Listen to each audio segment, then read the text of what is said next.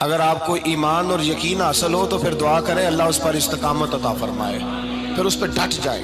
نبی پاک صلی اللہ علیہ وسلم نے فرمایا میں اس بات کا خوف نہیں کرتا کہ میری امت کمزور ہو جائے گی، اس بات کا ڈر نہیں کہ پیسے ختم ہو جائیں گے، نہ یہ خوف ہے کہ بھوکی مرے گی۔ حضور کس بات کا خوف ہے؟ تو نبی پاک نے فرمایا خوف یہ ہے کہ ان کا یقین کمزور ہو جائے گا۔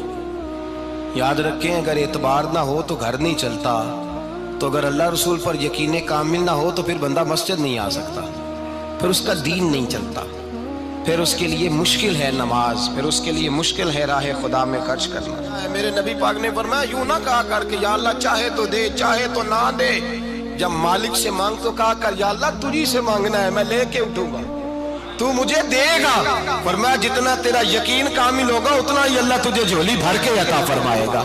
کمزور سا مسلمان، لڑکھڑاتا سا مسلمان دیکھتا ہوں کرتا ہوں، اور یہ بھی نہ دیکھا کریں بھائی ایمان یقین کو استقامت کے درجے پہ لیں، یہ نہ دیکھا کریں کہ وہ کیسے دے گا، وہ کسی وسیلے کا محتاج نہیں ہے، وسیلے کو پسند کرتا ہے، پر وسیلے کا محتاج وہ بغیر وسیلے کے بھی دے دیتا ہے۔ ہر آدمی ماں باپ کے ذریعے پیدا ہوتا ہے، اگر پیدا کرنا چاہے تو جناب عیسیٰ کو بغیر باپ کے پیدا کر دیتا ہے، اگر پیدا کرنا چاہے تو حضرت آدم کو بغیر ماں اور باپ کے پیدا کر دیتا ہے۔ جب یقین رکھیں، یقین قرآن مجید پڑھیے، حضرت موسیٰ علیہ السلام فرعون کے دربار میں کھڑے ہیں، چاروں جانب دشمن ہی دشمن ہے، جادوگر آ گئے، انہوں نے سانپ چھوڑے، حضرت موسیٰ کے ہاتھ میں ڈنڈا تھا، حضرت موسیٰ کہتے ہیں یا اللہ کیا کروں؟ تو اللہ تعالیٰ نے فرمایا اپنا عصا پھینک دو۔ کہنا چاہیے تھا نا کہ یا اللہ ایک ہی تو شے ہے، اتنے سانپ ہے، بچانے کے لیے ڈنڈا ہے وہ پھینک دوں؟ ڈنڈا پھینکا جاتا ہے، سانپ کو دیکھ کر کے قابو کیا جاتا ہے۔ یہ میرا اور آپ کا ذوق ہے نا، لیکن انبیاء کرام کا انداز ملاحظہ کیجئے میرے عزیزو۔ اللہ فرماتے ہیں ڈنڈا اے موسیٰ ڈال دے اپنا عصا، پہلے نہیں فرمایا کہ سانپ بن جائے گا، فرمایا بس تو ڈال دے۔ میں اور آپ ہوتے ہیں تو سانپ سامنے ہے، ڈنڈا ہاتھ میں ہے، ہم کہیں گے عجیب بات ہے، یہی تو دفاع کی چیز ہے، اسی کو ڈال دوں تو بچوں گا کیسے؟ کہا ڈال دو، تو حضرت موسیٰ نے ڈال دیا، کہا میرے رب کا حکم ہے تو میرے لیے بہتر ہی ہوگا۔ اللہ فرماتے ہیں جب موسیٰ نے ڈالا تو میں نے اس ڈنڈے کو، اس عصا کو اژدہا بنا دیا۔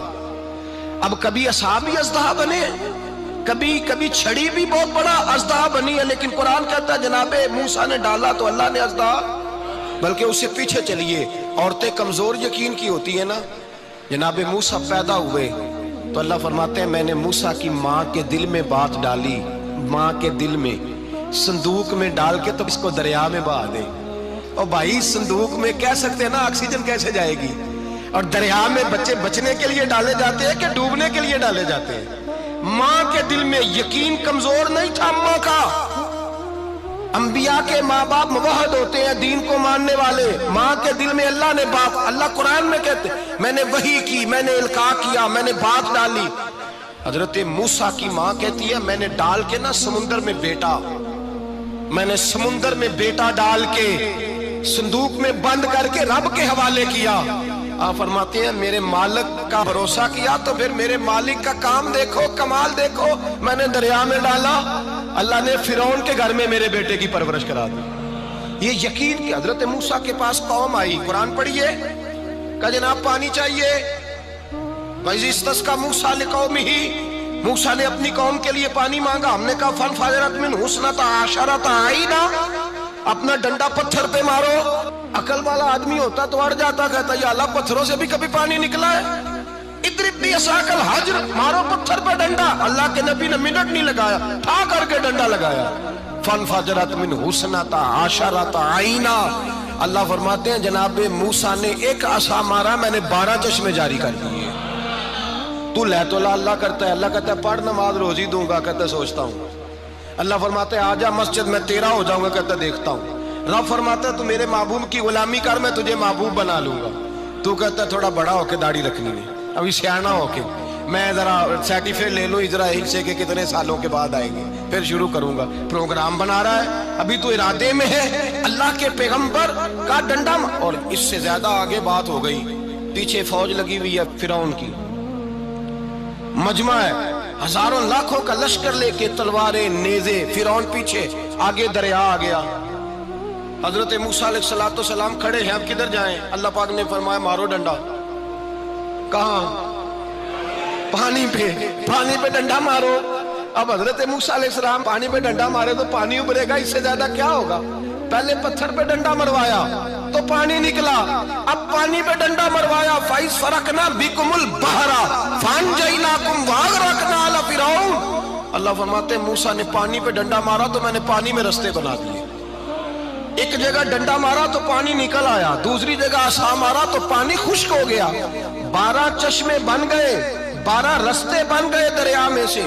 حضرت موسیٰ علیہ السلام گزر گئے اور اللہ فرماتے ہیں فرعون بھی آیا تو اسے میں نے غرق کر دیا، اور وہ کھڑا دیکھتا ہی رہ گیا کہ بنا کیا ہے۔ جب یقین کامل نصیب ہوتا ہے، اعتماد کی دولت اللہ دیتا ہے، جب انسان کو یہ انشراح صدر ہو جاتا ہے کہ میری نجات خدا کے حکم میں ہے اور رسول اللہ کے قدموں میں ہے، جب اسے یہ انشراح حاصل ہوتا ہے تو پھر نماز کا لطف آتا ہے۔ غور کیجئے کیا جملہ کہہ دیا میں نے۔ پھر اسے نماز کا پھر اسے نماز بوجھ نہیں، بلکہ نماز نہ پڑھے تو اس پر بوجھ ہوتا ہے۔ پھر قرآن مجید اس کی روح کا ساتھی ہو جاتا ہے، پھر عبادات، تقوی، پرہیزگاری، پھر وہ ایک سنت کے چھوٹنے پر پریشان رہتا ہے جب یقین کی دولت نصیب ہوتی ہے۔ قرآن مجید فرقان حمید نے کہا ایمان لاؤ تو پھر ایمان پہ ڈٹ جاؤ، مسلمان بنو تو پھر اسلام پر۔ پھر یہ جو کمزوری ہے نا، یہ دیکھتے ہیں، کرتے ہیں، چلتے ہیں، ابھی کل، ابھی پرسوں، بہانے، ہیلے، ابھی میں نماز شروع کرتا ہوں، دیکھتا ہوں لا الہ الا اللہ محمد الرسول اللہ صلی اللہ علیہ۔ جب کسی نے کلمہ پڑھا تو اس پر پورا دین ضروری ہے، پورا۔ اب وہ یہ نہیں کہہ سکتا کہ تھوڑا تھوڑا کر کے آؤں گا۔ یقین کی دولت نعمت ہے۔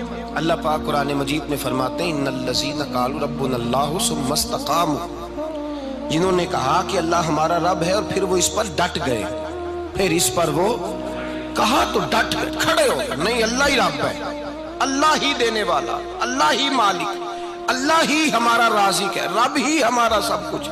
جب ڈٹ گئے تو فرمایا تتنزل علیہم الملائکہ، پھر میں ان کی مدد کے لیے آسمان سے فرشتوں کا نزول فرمایا کرتا ہوں۔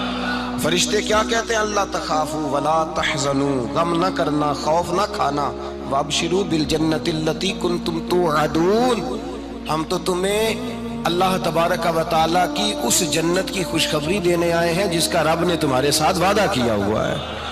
پھر فرشتوں کا نزول ہوتا ہے، لیکن شرط کیا ہے کہ ایمان لائے، اور پھر ایمان پر پھر یہ نہ سوچے کہ وہ کس طرح دے گا، وہ کیسے عطا کرے گا، وہ میری مدد کس طرح کرے گا، نظام کیسے چلے۔ ڈٹ جائے، کہے میرے اللہ کا حکم ہے تو میں نے حلال ہی کھانا ہے، میرے رب کا حکم ہے تو میں نے تھوڑے پہ گزارا کرنا ہے، میرے مالک کا حکم ہے تو میں نے اپنی جیب دیکھنی یا دوسرے کی نہیں دیکھنی، میرے رب کا حکم ہے تو میں نے اس کی اطاعت میں رہنا۔ جب ڈٹ جائے گا اللہ کے احکامات پر، جب ڈٹ جائے گا تو اللہ فرماتا ہے پھر میں تیری مدد کے لیے فرشتوں کا نزول کروں گا۔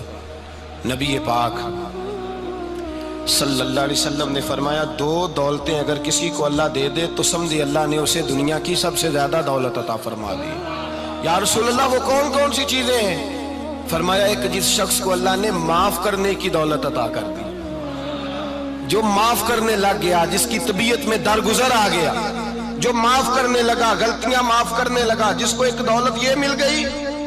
اور دوسرا میرے مصطفیٰ نے فرمایا جسے اللہ نے یقین کی دولت عطا فرما دی، جس کو یہ 2 دولتیں مل جائیں، ایک درگزر کرنا، دوسرا رب رسول پہ یقین کامل رکھنا، اسے کائنات کی ہر شے مل گئی۔ میرے نبی پاک نے فرمایا جب بھی دعا مانگو خدا سے یہ 2 نعمتیں مانگا کرو، عرض کیا کرو اے اللہ درگزر کی دولت عطا فرما، اے اللہ تو ہمیں یقین کی دولت عطا فرما، ایمان کی قوت اور پختگی نصیب فرما۔ میرے بھائی حضور نے فرمایا مانگ کے لو۔ کمزور ایمان والا شخص کسی کام کا نہیں ہوتا۔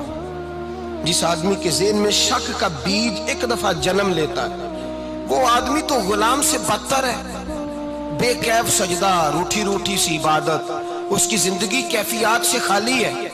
جس شخص کو پتہ چل جائے نا لوگ میرے مخالف ہیں، اس کا تو سجن رہتا ہی کوئی نہیں۔